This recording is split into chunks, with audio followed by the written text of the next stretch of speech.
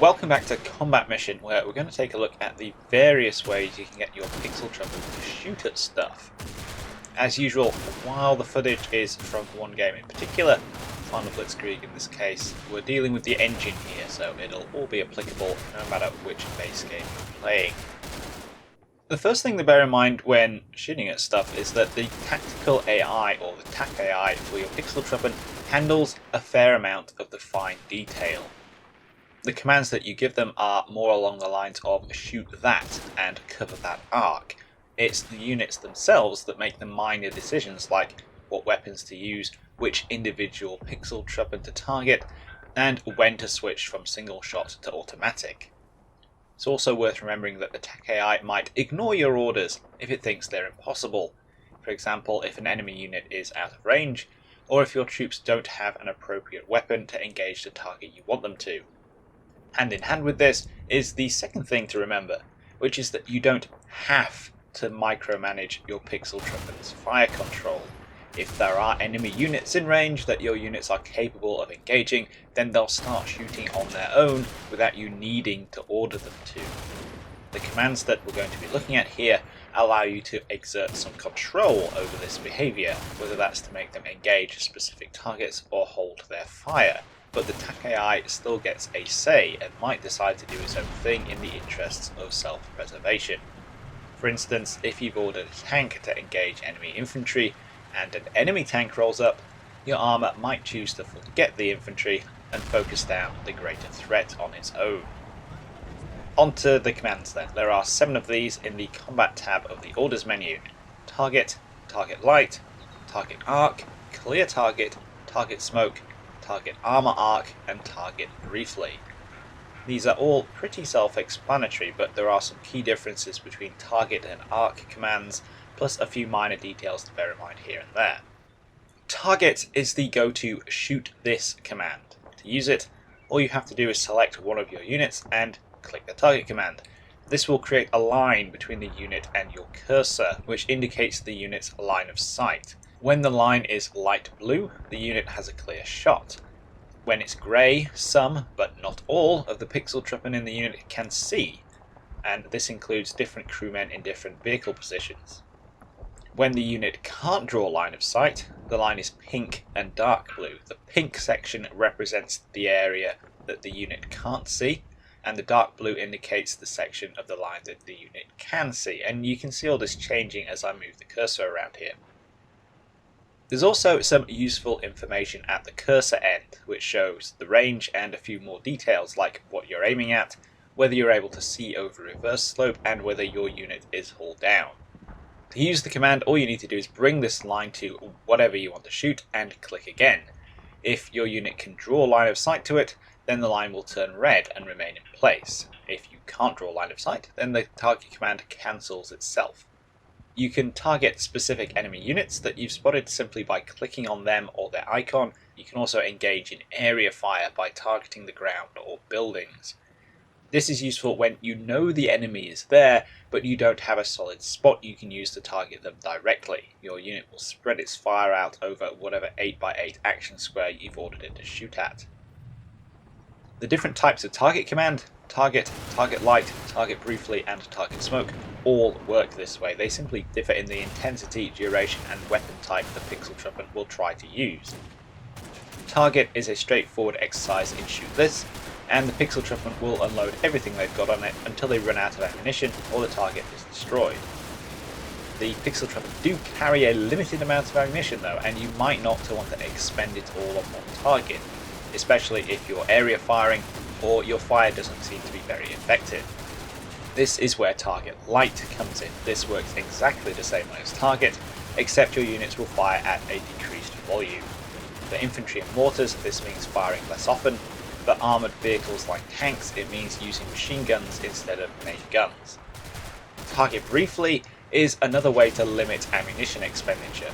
Instead of firing at a lower intensity, like Target Light does, Target Briefly maintains the same volume of fire as Target, but in 15-second increments.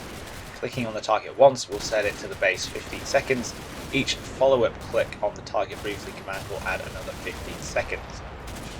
This is good when you need to provide intense covering fire prior to an assault. You could, for example, give your fire support a 30-second target briefly order to keep the enemy's heads down, and then give your assault element a 30-second pause order, so they start moving when the shooting stops.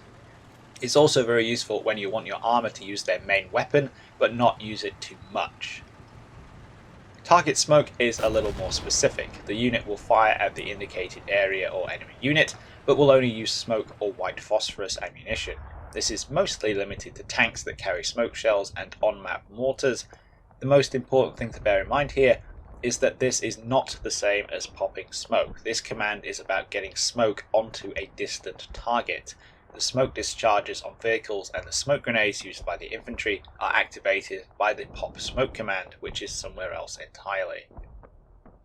Aside from actually shooting at things, these commands are extremely useful for checking line of sight. This is absolutely essential when you're setting up as the defender, because you want to know what areas of the map your units can actually see and cover, but it's also useful for the attacker and in general use, because you can draw that line of sight from waypoints and check what you can see from certain positions before you get there.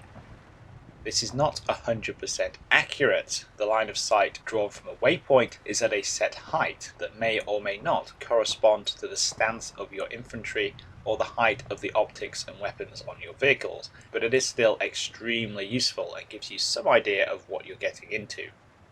The two arc commands, target arc and target armor arc, work a little differently. Instead of ordering your units to shoot at a specific target, these work by setting an engagement area. To use them, it's simply an exercise in selecting a unit, clicking either of the target arc commands, and then clicking once to set one edge of an arc, and again to set the other edge. Alternatively, you can hold shift to expand and contract a circular area around the unit, setting it by clicking again. Once you've set up the arc, the unit in question will only engage targets it spots inside that area, so enemy units outside the target arc will be ignored. This poses some obvious problems. Your units are capable of engaging enemy units outside their target arc if they feel threatened enough by them, but my experience with the command is that of enemy units surviving because they are agonizingly just outside the arc. So I would say the key thing to remember with target arc commands is that they are fundamentally restrictions. This doesn't mean that they're useless. It can be very important to restrict your unit's firing arcs, just that arc commands need a little bit more thought. There are two types, target arc, which only restricts firing to the arc, and target armor arc, which works the same way, but your unit will only engage armored targets like tanks, half-tracks, infantry fighting vehicles, and so on. This is obviously extremely useful for anti-tank units, whether they are AT guns or ATGM teams, because you can be sure they won't give their positions away or waste ammunition by engaging enemy infantry. Another good use for target arcs in general is to hold fire. Whether this is on the defensive, to avoid giving your positions away before the enemy gets into your kill zone, or on the offensive, where you want your scouts to avoid getting noticed. Something like a circular target arc lets your troops hold their fire, but gives them some insurance against any enemy units that pop up at close range. Finally, units with target arcs will focus on the center point of that arc. This does not necessarily mean they are going to spot better in that particular direction, but it can be useful for turreted vehicles like tanks because you can get crewmen and optics looking in a specified direction instead of just aiming forwards, and, assuming you've picked the right direction, it can decrease the time it takes to get the main gun on target, which is handy for vehicles with slow turret traverse speeds. Finally, we have the clear target command, which simply cancels any target or target arc commands that your units have. This doesn't mean that your pixel trumpet will stop shooting, or possibly even stop shooting at the target you specified for them. What it means is that you're lifting your control of what they're doing. If you want your units to actually stop shooting, you'll need to give them a short target arc with no enemies inside it. So those are the 7 target commands. What command to use in what circumstances, or whether you want to use them at all, depends a lot on what you intend to do, and while there is some complexity to them, especially when you factor in the different weapons and tactical emphasis of different units and factions, the more you play the game, the better an appreciation of them you'll develop. Hope you guys enjoyed this video and found it useful. I'll catch you in the next one.